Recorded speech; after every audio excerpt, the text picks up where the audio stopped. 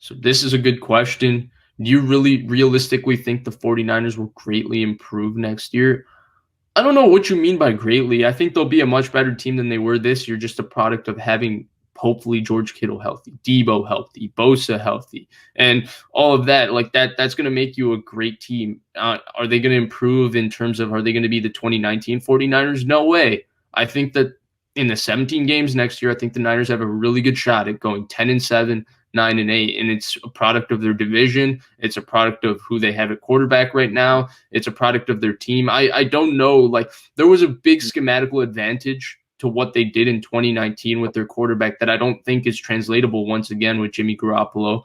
I think that's an aspect of it that people haven't looked at as much. It was first pointed out to me by a guy named Rich Madrid on Twitter. Should follow him. He does really great work with the film stuff, and he puts a lot of threads. And he can be a little harsh, but I think that he knows a lot, and you got to learn. And he's a really good person to learn from. So he pointed that out. So I think that's a good thing to check out. But I think, look, in terms of improving, that's what I would say. I think they'll for sure be a better team. Though when you have Kyle Shanahan and you have a healthy defense that features Nick Bosa, Fred Warner, Jimmy Ward, and hopefully if they bring back Jaquiski Tartt, heck yeah, they're going to have a good defense and all of that.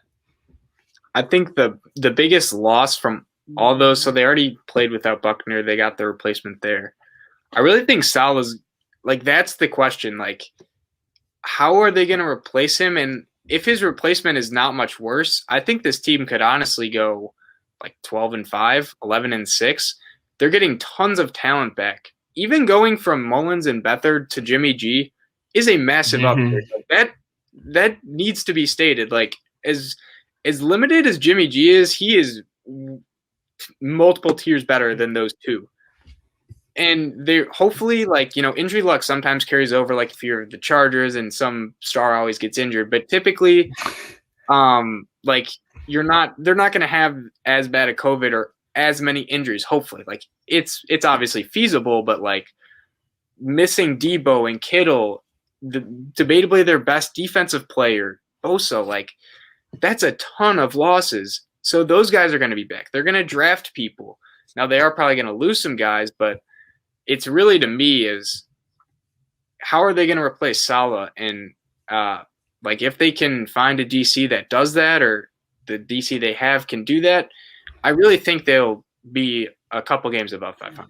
So I'm actually pretty bullish on, like, Salah's a good coach. I think he's going to be, I don't know if he's going to be successful with the Jets. Not a lot of people are, but he's a good coach. He clearly had a positive effect on a lot of people. A lot of people respect him. But I think that there's often a little too much credit attributed to coaching, to assistant coaches when you have a Kyle Shanahan. It's happened to Bill Belichick's coaches a lot. I think what Kyle Shanahan has proven is, one, he can assemble a damn good staff, and two, he can really coach his coaches to coach the way he wants to. I think that Salah, I think that Kyle Shanahan assisted him a lot. And I think the thing that's special about Kyle Shanahan, a lot of people have pointed it out, is that he knows defense as well as he knows offense. And it's because his father has said it before. When he was at Quality Controls with John Gruden, he used to sit in a defensive meetings with Monty Kiffin and Joe Barry and Gus Bradley and Mike Tomlin and Raheem Morris, and learn defense from those guys. So he knows defense as well as he knows offense. That's why his offense is so brilliant, because a lot of the times he knows the defense so well that he knows what the rules are of a lot of players, and he puts them in spots of where their mind is a little cluttered on what their job is and what they're supposed to do, because Kyle Shanahan is that good. So I think he's going to have input and influence on the game plan, and he's going to be able to help DeMeco Ryans a lot. And they brought in James Betcher, who's a former defense coordinator, struggled with the Giants, was good with Arizona. I don't think the Salah loss is going to be that big. I think it's just going to be, well, how do you recreate something with 2019 that's a little different? Your team is not as worse, and you have a couple of battle scars on your body that you didn't have then. Yeah.